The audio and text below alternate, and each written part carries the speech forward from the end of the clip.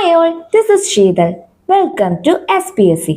10ാം ക്ലാസ്സിലെ social science ഭാഗം 1 chapter 2 നോക്കാം. ചാപ്റ്ററിന്റെ പേരെന്താ? സ്വാതന്ത്ര്യം, സമത്വം, സാഹോദര്യം. 1789 ജൂൺ 20 ഫ്രാൻസിന്റെ രാഷ്ട്രീയ സ്ഥിര കേന്ദ്രവും യൂറോപ്പിലെ പ്രധാന നഗരങ്ങളിൽ ഒന്നുമായിരുന്ന പാരീസ് മഴയിൽ കുതിർന്നിരിക്കുകയായിരുന്നു. എന്നാൽ പാരീസിന്റെ രാഷ്ട്രീയ കാലാവസ്ഥ തികച്ചും ചൂടേറിയതായിരുന്നു. ഫ്രഞ്ച് പാർലമെന്റായ എസ്റ്റേറ്റ്സ് ജനറലിന്റെ 3ാമത്തെ വിഭാഗത്തിന്റെ പ്രതിനിധികൾക്ക് പാർലമെന്റിലേക്ക് പ്രവേശനം നിഷേധിക്കപ്പെട്ടു. അതിനെ തുടർന്ന് അവർ തൊട്ടടുത്തുള്ള ടെന്നീസ് കോർട്ടിൽ സമ്മേളിച്ചു. ഫ്രാൻസിൽ ജനങ്ങൾക്ക് പരമാധികാരമുള്ള ഒരു ലിഖിത ഭരണഘടന തയ്യാറാക്കുന്നതുവരെ പിരിഞ്ഞു പോകില്ലെന്ന് അവർ പ്രതിജ്ഞയെടുത്തു. ഫ്രാൻസിന്റെയും യൂറോപ്പിന്റെയും പിൽക്കാല ചരിത്രത്തെ നിർണായകമായി സ്വാധീനിച്ച ജനമുന്നേറ്റത്തെ കുറിച്ചാണ് ഈ പാഠഭാഗത്ത് ചർച്ച. ഫ്രാൻസിലെ സ്വേച്ഛാധിപത്യ ഭരണക്രമം. ഫ്രാൻസിൽ നിലനിന്നിരുന്ന സ്വേച്ഛാധിപത്യ രാഷ്ട്രീയ വ്യവസ്ഥയ്ക്ക് എതിരെയായിരുന്നു ജനമുന്നേറ്റം ഉയർന്നു വന്നത്. പതിറ്റാണ്ടുകളായി ഫ്രാൻസ് ഭരിച്ചിരുന്നത് ബൂർബൺ രാജവംശമായിരുന്നു. ഈ രാജവംശത്തിലെ ഭരണാധികാരികളെല്ലാം പൊതുവെ സ്വേച്ഛാധിപതികളായിരുന്നു. രാജാധികാരം ദൈവദത്തമാണ് എന്നായിരുന്നു അവർ വിശ്വസിച്ചിരുന്നത്. എസ്റ്റേറ്റ്സ് ജനറൽ എന്ന പേരിൽ ഒരു പാർലമെന്റ് ഉണ്ടായിരുന്നുവെങ്കിലും ദീർഘകാലമായി അത് വിളിച്ചു ചേർക്കാതെയാണ് ഭരണം നടത്തിയിരുന്നത്. 1614 അവസാനമായി പാർലമെന്റ് യോഗം ചേർന്നത്. ബൂർബൺ രാജാക്കന്മാരിൽ പ്രധാനിയായിരുന്നു ഞാനാണ് രാഷ്ട്രം എന്ന് പ്രഖ്യാപിച്ച ലൂയി 14.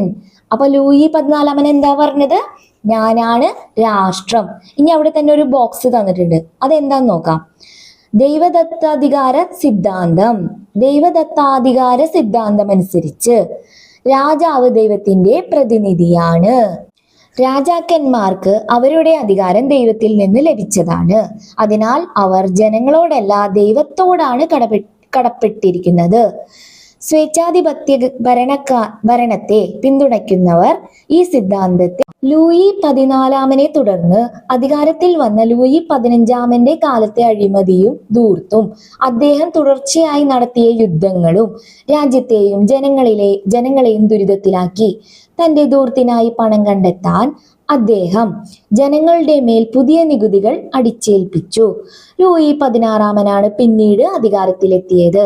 എന്നാൽ അദ്ദേഹം ഭരണകാര്യങ്ങളിൽ മതിയായ താല്പര്യം പ്രകടിപ്പിച്ചിരുന്നില്ല. വിശ്വസ്തരായ മന്ത്രിമാരുടെ കൈകളിൽ രാജ്യം ഭദ്രമാണ് എന്ന് വിശ്വാസമായിരുന്നു അദ്ദേഹത്തിനുണ്ടായിരുന്നത്. രാജ്ഞിയായ മാരി ആന്റോയിനറ്റ് ഭരണകാര്യങ്ങളിൽ തുടർച്ചയായി ഇടപെട്ടിരുന്നു. രാജ്ഞിയുടെ ധാരാളിത്തവും ധൂർത്തും രാജാവ് കണ്ടില്ലെന്ന് നടിച്ചു. ഇത് ജനങ്ങളിൽ അസംതൃപ്തി ഉളവാക്കി. പ്രഭുക്കൾ യുദ്ധം ചെയ്യുന്നു, പുരോഹിതർ പ്രാർത്ഥിക്കുന്നു, സാധാരണക്കാർ നികുതി കൊടുക്കുന്നു. ഫ്രാൻസിലെ സാധാരണക്കാരുടെ ഇടയിൽ പ്രചാരത്തിലിരുന്ന ഒരു ചൊല്ലായിരുന്നു ഇത്. 18ാം നൂറ്റാണ്ടിലെ ഫ്രഞ്ച് സമൂഹത്തെ 3 തട്ടുകളായി, അതായത് എസ്റ്റേറ്റുകളായി വിഭജിച്ചിരുന്നു.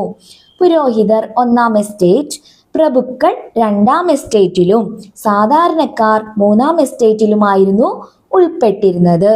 അപ്പോ 1ാം എസ്റ്റേറ്റ് ആരാണ്? പുരോഹിതർ. 2ാം എസ്റ്റേറ്റ് പ്രഭുക്കൾ. 3ാം എസ്റ്റേറ്റിലായിരുന്നു സാധാരണക്കാർ. ഇനി പുരോഹിതർ 1ാം എസ്റ്റേറ്റ് എന്താന്ന് നോക്കാം. വളരെ പ്രബലവും സമ്പന്നരുമായിരുന്നു ഫ്രാൻസിലെ കത്തോലിക്ക സഭ. ഭൂസ്വത്തിന്റെ വലിയൊരു ഭാഗവും സഭയുടെ ഉടമസ്ഥതയിലായിരുന്നു. പുരോഹിതരെ എല്ലാം മാത്രമല്ല, അവർ സാധാരണ കർഷകരിൽ നിന്നും ടൈത്ത് എന്ന നികുതി പിരിച്ചിരുന്നു. വിളവിന്റെ 10% നികുതിയായി നൽകേണ്ടിയിരുന്നത്. ഇത് സാധാരണ കർഷകർക്ക് പുരോഹിതന്മാരോട് വിരോധം തോന്നാൻ ഇടയാക്കി. ഇനി 2ാമത്തെ എസ്റ്റേറ്റ് എന്താ പറഞ്ഞത്? പ്രഭുക്കൾ. അവരെന്താന്ന് നോക്കാം. ഭരണരംഗത്തെ ഉയർന്ന സ്ഥാനങ്ങളും സൈന്യത്തിലെ ഉയർന്ന പദവികളും കൈയടക്കി വെച്ചിരുന്നത് ആരാ? പ്രഭുക്കളായിരുന്നു. ഇവർ ഭൂവുടമകൾ കൂടിയായിരുന്നു. ആഡംബര ജീവിതം നയിച്ചിരുന്ന പ്രഭുക്കൾ ജനങ്ങളിൽ നിന്ന് വിവിധ നികുതികൾ പിരിച്ചെടുത്തു.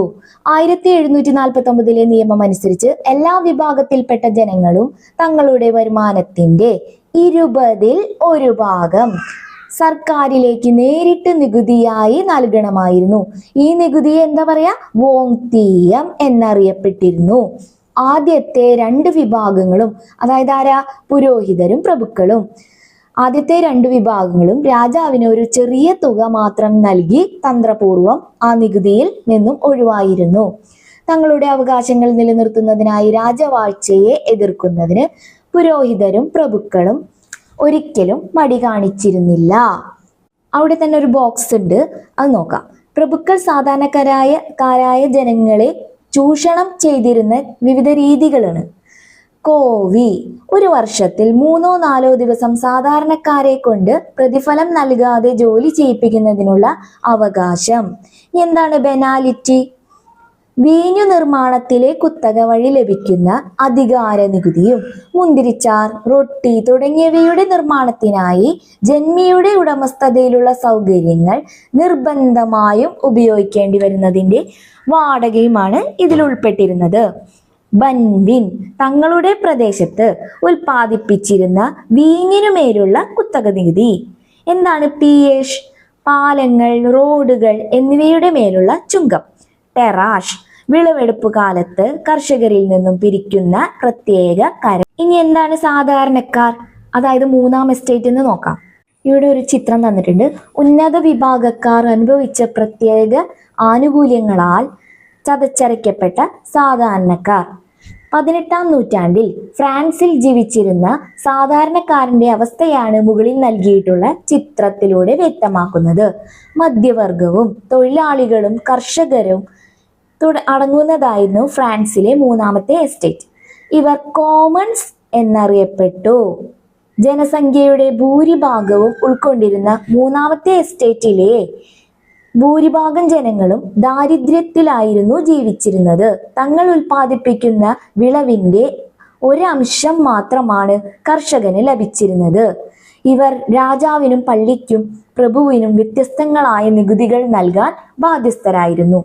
അതിനോടൊപ്പം പ്രതിഫലമില്ലാത്ത അനേകം നിർബന്ധിത സേവനങ്ങളും ഇവർ ചെയ്യേണ്ടിയിരുന്നു.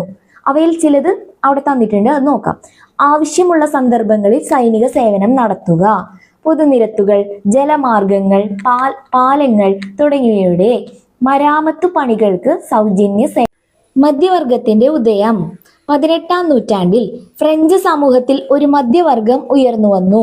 ഫ്രാൻസിന്റെ കാർഷിക വ്യാവസായിക രംഗത്ത് ഇക്കാലത്തുണ്ടായ പുരോഗതി മധ്യവർഗത്തിന്റെ ഉദയത്തിന് കാരണമായി. കാർഷിക വ്യാവസായിക രംഗത്തുണ്ടായ വളർച്ചയോടെ പുതിയ നഗരങ്ങൾ ഉയർന്നു വന്നു. നഗരങ്ങളിലെ തൊഴിൽ സാധ്യതകൾ ഉപയോഗപ്പെടുത്തിയവർ സാമ്പത്തിക പുരോഗതി കൈവരിക്കുകയും മധ്യവർഗത്തിന്റെ ഭാഗമാവുകയും ചെയ്തു. ആഭ്യന്തര വാണിജ്യവും കോളനികളുമായുള്ള കച്ചവടവും ഫ്രാൻസിലെ വ്യവസായികളെ സമ്പന്നരാക്കി. പ്രധാന തുറമുഖങ്ങളും പട്ടണങ്ങളും ഈ സമ്പന്നരുടെ നിയന്ത്രണത്തിലായിരുന്നു. ഇവരും മധ്യവർഗത്തിന്റെ ഭാഗമായിരുന്നു.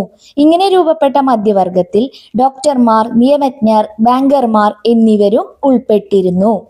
ഈ മധ്യവർഗവും സാധാരണക്കാരെ പോലെ ഭരണകൂടത്തിനും പ്രഭുക്കൾക്കും നികുതി നൽകണമായിരുന്നു.